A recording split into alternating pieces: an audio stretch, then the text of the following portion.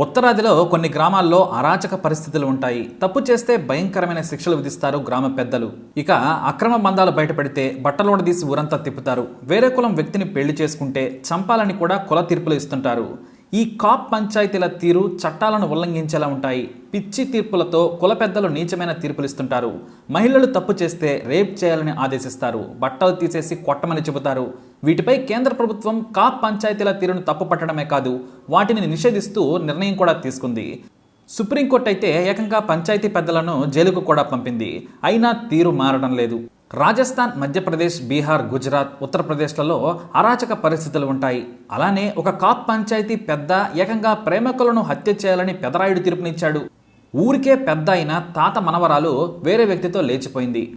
ఏకంగా cinema range చేసింగులు చేసి 2 రాష్ట్రాల్లో నానా బేపచ్చం సృష్టించారు. కుల పెద్దల పిచ్చికి రాలిపోయిన ఆ ప్రేమ కథను ఈ స్టోరీలో చూద్దాం. ఆ ఊరి పేరు కరోరన్.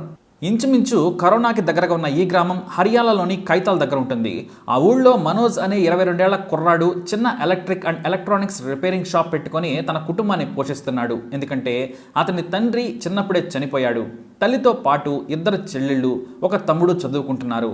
వారి కుటుంబ భారమంతా అతనిపైన పడింది. తమ ఇంటికి కొంత దూరంలో బబ్లీ అనే ఇంటర్ చదువుతున్న అమ్మాయి ఉంది. ప్రతిరోజు తన షాప్ ముందు నుండి నడుచుకుంటూ వెళ్తున్న క్రమంలో ఇద్దరూ కూడా ఒకరిని ఒకరు చూసుకునేవారు. తన షాపు, ఇల్లు వేరే చోట అయినా సరే బబ్లీ కోసం 7 గంటలకే షాపుని తెరిచేవాడు మనోజ్. ఆమె 7:30కు బ్యాగ్ వేసుకొని తన షాప్ ముందు నుంచే వెళ్తుంటే చూడాలనేది అతని తపన. అలా చూసుకుంటూ కొంతకాలం గడిపారు. చూపులు కలిశాయి, నవ్వులు దగ్గర చేశాయి. ఆ తర్వాత ఇక మనోజ్ డేర్ స్టెప్ వేయడమే తరువాయి. ఎందుకంటే ఆమె వైపు నుంచి గ్రీన్ సిగ్నల్ ఎప్పుడో వచ్చేసింది. ఆమె కాలేజీకి వెళ్లే బస్ ఎక్కి మనోజ్ మొదటి రోజు చిన్న లెటర్ రాసి ఒక పువ్వుతో పాటు ఆమె బ్యాగులో పెట్టాడు. ఆ తర్వాత ఒంటరిగా చూసుకో అంటూ చెప్పి దిగి వెళ్ళిపోయాడు. కాలేజ్కు వెళ్ళగానే ఎవరూ లేని సమయం చూసి మనోజ్ ఇచ్చిన లేఖను చదివింది. నువ్వంటే నాకు ఇష్టం, నువ్వు సరే అంటే పెళ్లి చేసుకుంటానంటూ మొదటి లేఖలోనే క్లైమాక్స్కు వెళ్ళాడు మనోజ్. వీలుంటే ఫోన్ చేయమని నెంబర్ ఉండడం చూసి బబ్లీ కూడా సంతోషించింది. కానీ మన కుల పెద్దలు ఒప్పుకోరేమో అని చిన్న లెటర్ రాసి వెళ్తూ వెళ్తూ అతని షాప్లోకి విసిరేసింది. అదే రోజు రాత్రి అంతా పడుకున్నాక తనకు పరీక్షలు ఉన్నాయని ఒక గదిలోకి వెళ్ళి డోర్ వేసుకొని ఫోన్ చేసి మాట్లాడింది కూడా. ఎవరేమన్నా సరే మనం పెళ్లి చేసుకుందాం అనుకున్నారు. ఆ తర్వాత రోజు ఇద్దరూ దూరంగా ఉన్న ఒక టౌన్కి వెళ్లారు. కాలేజ్ పేరుతో ఉదయాన్నే వెళ్ళిన బబ్లీ రోజంతా మనోజ్తో తిరిగింది. ఇద్దరూ సినిమా చూశారు, పార్కులు తిరిగారు, బయటే తిని ఎంజాయ్ చేశారు. అలా కాలం గడుస్తున్న సమయంలో బబ్లీ ఇంట్లో ఈ ప్రేమ విషయం తెలిసిపోయింది. బబ్లీ తల్లి ఓంపతి తన కూతురును నిలదీసింది. బబ్లీకి తండ్రి లేడు. అనారోగ్యంతో చనిపోవడంతో వారి పెంపకం, చదువులు తాత గంగరాజ్ చూసుకునేవాడు. పైగా ధనిక కుటుంబం. ఊళ్ళో గంగరాజ్ చెప్పిందే వేదం. ఆయన మాట కాదనే వారే లేరు. బబ్లీ తల్లి తన కూతురుని హెచ్చరించింది. మనోజ్తో తిరగద్దని, తాతకు మీ అన్నకు తెలిస్తే ఊరుకోరని చెప్పింది. కుటుంబాన్ని బయటయొద్దని సూచించింది. అయినా సరే బబ్లీ మాత్రం మనోజ్ను తప్ప మరొకరిని చేసుకుని భీష్మించింది. ఇక తల్లి కూడా ఏమీ అనలేక ఊరుకుంది. మరికొన్ని రోజుల తర్వాత మనోజ్ను ఊరి పెద్ద ఒక వ్యక్తి హెచ్చరించాడు. బబ్లీతో తిరగడం మంచిది కాదు, తర్వాత ఇబ్బందులు పడతావు, నీ కుటుంబానికి నువ్వే దిక్కు, జాగ్రత్తగా ఉండమని సూచించాడు. కానీ యవ్వనంలో ఉన్న మనోజ్, బబ్లీ అవేం పట్టించుకోలేదు. ఆ తర్వాత కూడా ఇద్దరు కలిసి తిరుగుతూ ఉన్నారు. ఆ విషయం కాస్త బబ్లీ తాత గంగరాజుకు తెలిసింది. కోపంతో ఊగిపోయాడు. మరుసటి రోజే కాప్ పంచాయతీ ఏర్పాటు చేశాడు. తానే పెద్దగా మనోజ్ను పెద్దల ముందుకు పిలిచాడు. తన మనవరాలిని కూడా పిలిచి పంచాయతీ చేశాడు. వాస్తవానికి కరోరన్ గ్రామంలో అంతా జాట్ కులస్తులే ఉన్నారు. కానీ కులానికి ఒక సిద్ధాంతం ఉంది. ఒకే గోత్రం వాళ్ళు పెళ్లి చేసుకోవడాన్ని పెద్దలు ఒప్పుకోరు. కానీ మనోజ్, బబ్లీల కులం ఒకటే, గోత్రం ఒకటే. తమ గోత్రం వారిని కాకుండా బయట గోత్రం వారిని చేసుకోవాలి. ఈ విషయాన్ని గంగరాజ్ తన మనవరాలికి మనోజ్కు పెద్దల సమక్షంలో చెప్పాడు. మనోజ్, బబ్లీలు ప్రేమించుకుంటున్నారని తెలిసింది. పిల్లలు కాబట్టి తెలియక చేశారు. మీరు పెళ్లి చేసుకోవద్దు, ఒకే గోత్రం వాళ్ళు చేసుకుంటే అన్నా చెల్లెలు పెళ్లి చేసుకున్నట్టే అని పరిగణిస్తాం. మీకు ఒకరికి ఒకరు బంధుత్వం లేకపోవచ్చు, కానీ మీరిద్దరూ భార్యాభర్తలైతే మహాపాపం అవుతుంది. మీ పెళ్లి చెల్లదు, కాబట్టి మీరు కలిసి తిరగొద్దని చెప్పాడు గంగరాజ్. అంతేకాదు, పెళ్లి కావలసిన బబ్లీ జీవితాన్ని నాశనం చేయొద్దని మనోజ్ను హెచ్చరించాడు. కుల పెద్దలను ఎదిరించే ధైర్యం మనోజ్కి లేదు. కానీ అతని తరపున చదువుకున్న ఒక స్నేహితుడు గంగరాజ్ను నిలదీశాడు.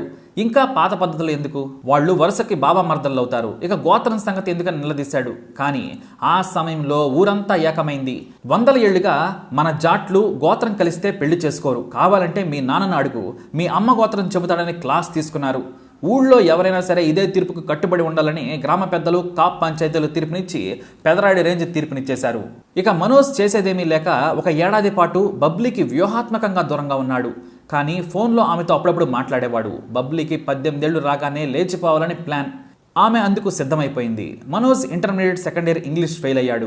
ఆ సప్లిమెంటరీ ఎగ్జామ్ కోసం ఏప్రిల్ 5న ఉదయాన్నే భోజనం చేసి ఎగ్జామ్ అంటూ వెళ్లిపోయాడు. అదే రోజు పరీక్ష కోసం ఉదయాన్నే బబ్లీ కూడా తమ పక్కన ఉన్న టౌన్కు వెళ్ళింది. ఊరంతా బబ్లీ మనోజ్ల ప్రేమ ఆగిపోయిందనుకున్నారు. కానీ చాలా రహస్యంగా వారిద్దరూ గడిపారు. ఎప్పుడూ కలుసుకోకుండా జాగ్రత్తలు తీసుకున్నారు. పరీక్ష మధ్యాహ్నానికి పూర్తయినా బబ్లీ రాలేదు. ఈ విషయం తెలిసి ఆమె తాత గంగరాజు కోపంతో ఊగిపోయాడు. ఒకేసారి మనోజ్ ఇంటికి వెళ్ళిపోయి మీ అబ్బాయిని బయటకు రమ్మన్నాడు. కానీ అతను కూడా ఎగ్జామ్ పేరుతో వెళ్ళాడని తెలిసింది. అతనికి ఫోన్ చేసినా స్విచ్ ఆఫ్ వచ్చింది. ఇక అదే రోజు సాయంత్రం గంగరాజ్ పంచాయతీ మీటింగ్ పెట్టాడు. మనోజ్ బబ్లీలు లేచిపోయారు. వారు ఊరిని కుల తీర్పును ధిక్కరించారు. వారు ఎక్కడ కనిపించినా నరికేయండి, నా మనువరాలైనా సరే తప్పు చేస్తే అందరికీ ఒకటే శిక్ష, చంపేయాలి అని తన కుటుంబీకులను ఆదేశించాడు. నా బిడ్డ తిరిగి వస్తుందని వద్దని బబ్లీ తల్లి కన్నీళ్లు పెట్టుకున్నా గంగరాజ్ ఏమాత్రం ఒప్పుకోలేదు. అంతేకాదు మనోజ్ చేసిన తప్పుకు ఊరి నుంచి వెలివేస్తున్నట్లు తీర్పునిచ్చాడు. వారికి కనీసం మంచినీళ్ళు కూడా ఇచ్చిన 25,000 జరిమానాతో పాటు వారు కూడా ఊరి బహిష్కరణకు గురవుతారని గంగరాజు పాపారాయుడు తీర్పునిచ్చాడు. ఇక మనోజ్ బబ్లీల కోసం గంగరాజ్ తన వారిని రంగంలోకి దించాడు. తన కొడుకుతో పాటు బబ్లీ అన్న మరో 2 బంధువులు స్కార్పియో వేసుకుని వెతకటం మొదలుపెట్టారు. ఏప్రిల్ 7న మనోజ్ చండీగఢ్లోని దుర్గా ఆలయంలో బబ్లీని పెళ్లి చేసుకున్నాడు. అక్కడే రహస్యంగా ఒక గది తీసుకుని కాపురం కూడా పెట్టాడు. ఇక ఇంచుమించు ప్రేమిస్తే సినిమా. మరోవైపు ఊళ్ళో మనోజ్ కుటుంబం పరిస్థితి దయనీయంగా మారింది. ఎవ్వరూ కూడా కనీసం మాట్లాడటానికి కూడా ధైర్యం చేసేవారు కాదు. దీంతో బయట ఊరు నుంచి తమకు కావలసినవి తెచ్చుకొని కాలం వెళ్లదీస్తున్నారు. చండీగఢ్లో తమ ఇంటి ఓనర్ సాయంతో ఒక జర్నలిస్టుకు మనోజ్ బబ్లీలు తమ బాధను చెప్పుకున్నారు.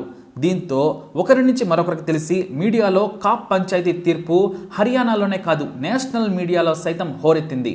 అయినా సరే బబ్లీ బంధువులు వెనక్కి తగ్గలేదు. బరువు తీశారని మనోజ్ బబ్లీలపై ఇంకా పగ పెంచుకున్నారు. మరోవైపు తమపై దాడి చేసి చంపుతారనే భయంతో మనోజ్ కుటుంబం ఊరి నుంచి వెళ్లిపోయింది.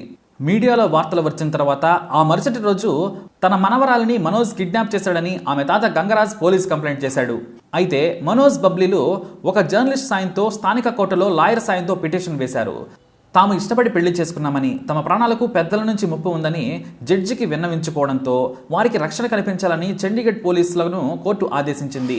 వారిని ఇంటి వరకు భద్రంగా చేర్చండి, ఆ తర్వాత వారికి రక్షణగా ఉండాలని కోర్టు చెప్పినా పోలీసులు పట్టించుకోలేదు.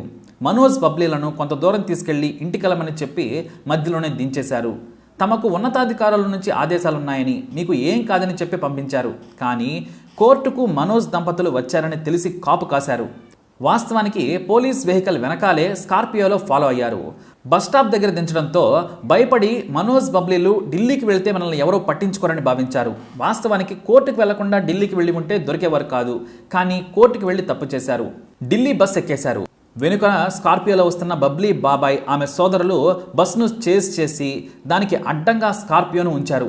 బస్సులోకి కత్తులను పట్టుకొని రచ్చరచ్చ చేసి ప్రేమికులను కిందికి దించారు. బస్ డ్రైవర్ను బెదిరించి ఇక్కడ నుంచి వెళ్లిపోవాలని కత్తితో భయపెట్టారు. కొద్ది దూరంలో ఉన్న ఒక చేనులోకి తీసుకువెళ్లి ముందు బబ్లీ ముందే మనోజ్ను గొంతుకు తాడు చుట్టి నవ్వుతూ ఉరివేసి చంపేశారు. ఆ తర్వాత బబ్లీ సోదరుడు సురేష్ ఆమెకు బలవంతంగా పెస్టిసైడ్ తాగించాడు. నువ్వు నా తోడబుట్టిన పాపానికి నిన్ను నా చేతులతో చంపడం లేదు, నీకు నువ్వే చావాలంటూ బలవంతంగా లీటర్ పెస్టిసైడ్ ఆమె చేత తాగించాడు. బలవంతంగా నోట్లో కూడా పోశాడు. మొదట ఆమె వద్దని ఏడ్చిన మనోజ్ కళ్ల ముందే చనిపోయాక తనకు తానుగా మొత్తం తాగేసింది. 5 నిమిషాల్లోనే ఆమె కూడా చనిపోయింది. ఇద్దరిని గోనె సంచుల్లో కుక్కి బర్వాలా లింక్ కెనాల్లోకి విసిరేసి వెళ్లిపోయారు. అయితే అక్కడికి దగ్గరలో పనులు చేయిస్తూ ఉన్న ఒక కాంట్రాక్టర్ మనోజ్ బబ్లీలను గుర్తుపట్టి పోలీసులకు సమాచారం ఇచ్చాడు. తన కళ్ల ముందే బాబీ మనోజ్లను కిడ్నాప్ చేశారని చెప్పడంతో వేగంగా పోలీసులు రంగంలోకి దిగారు. ఎందుకంటే కోర్టు ఆర్డర్ ఇచ్చిన గంటలోపే బబ్లీ మనోజ్లు ఎలా చనిపోతారనే వార్త ధావానంలా వ్యాపించింది. పోలీసులు గంటలోపే స్కార్పియోను చేజ్ చేసి 5గురిని పట్టేసుకున్నారు. వారి బాడీస్ కోసం వెతికిన కాలువలో దొరకలేదు. మరోవైపు స్కార్పియోలో మనోజ్ పర్సుతో పాటు అతని చొక్కా గుండీలు, ఇద్దరూ కలిసి దిగిన ఫోటోలను ఆధారాలుగా భద్రపరిచారు. 9 రోజుల తర్వాత కుళ్ళిపోయిన స్థితిలో బాడీస్ మరోచోట దొరికాయి. రక్షణ కల్పించలేకపోయిన పోలీసులను కోర్టు చీవాట్లు పెట్టింది. కాప్ పంచాయతీల తీర్పుపై జాతీయ మీడియా దాదాపుగా నెల రోజులు హోరెత్తింది. బబ్లీ మనోజ్ల ప్రేమ కథ దేశమంతా తెలిసిపోయింది. ఫాస్ట్ ట్రాక్ కోర్టులో వీరి హత్య కేసును విచారించారు. 2010లో కర్నాల్ కోర్టు హత్యలో పాలుపంచుకున్న నలుగురికి ఉరిశిక్ష విధించి సంచలన తీర్పునిచ్చింది కోర్టు. హానార్ కిల్లింగ్లో డెత్ సెంటెన్స్ మొదటిసారి బబ్లీ బంధువులకే పడిందని చెప్పవచ్చు. స్కార్పియోను నడిపిన డ్రైవర్ మన్దీప్ సింగ్కు 7 ఏళ్ల జైలు శిక్ష విధించింది. అలాగే హత్యలో పాలు పంచుకోకున్న ప్రేమికులను చంపాలని తీర్పునిచ్చిన బబ్లీ తాత గంగరాజ్కు కోర్టు 7 ఏళ్ల జైలు శిక్ష విధించింది. అయితే ఉరిశిక్ష విధించిన వారు హర్యానా హైకోర్టుకు వెళ్లగా ఆ శిక్షను జీవిత ఖైదుగా మార్చింది. మరోవైపు జైల్లో మగ్గుతున్న బబ్లీ తాతను కూడా కోర్టు వదిలేసింది. అయితే అసలు మనోజ్ బబ్లీలు చనిపోవడానికి గంగరాజే కారణమని, అతన్ని శిక్షించాలని సుప్రీంకోర్టుకి వెళ్లారు అతని బంధువులు. ఆ రోజున కోర్టుకు వెళ్లొద్దని మనోజ్ మేనమామ చంద్రపతి చెప్పినా వాళ్ళు వినలేదు. ఇక అలాగే వేరే పని ఉండడంతో ఆ రోజు మా అన్నయ్య దగ్గరకు వెళ్ళలేదు. ఆ రోజున మా మామయ్య చెప్పినట్లు చేసి ఉన్నట్టయితే హత్యకు గురయ్యేవారు కాదని మనోజ్ సోదరుడు కన్నీళ్లతో మీడియా ముందుకొచ్చాడు. దాదాపుగా 10 ఏళ్లుగా పోలీసుల రక్షణతో మనోజ్ కుటుంబం గ్రామంలో భయంగా బ్రతికింది. అయితే ఈ హత్య తర్వాత ఆ ఊరిలో ప్రేమ పంచాయతీలు మరోసారి జరగలేదు. అలా కాప్ పంచాయతీలను ప్రపంచానికి తెలిసేలా చేసింది మనోజ్ బబ్లీల హత్యలే. పెద్దలను ఎదిరించి నిలబడ్డా వారి మూర్ఖత్వానికి ఇద్దరు కూడా బలైపోయారు. మరి ఈ కాప్ పంచాయతీలపై మీరేమంటారు? మీ అభిప్రాయాలను తప్పకుండా చెప్పండి. అలాగే మీ ఊళ్ళో జరిగిన ఇలాంటి ఇన్సిడెంట్స్ గురించి కూడా మీ అనుభవాన్ని పంచుకోండి. ఇలాంటి ఇన్ఫర్మేషన్స్ కోసం ఈ వీడియోని లైక్ చేయండి, షేర్ చేయండి, మా ఛానల్ని సబ్స్క్రైబ్ చేసుకోండి.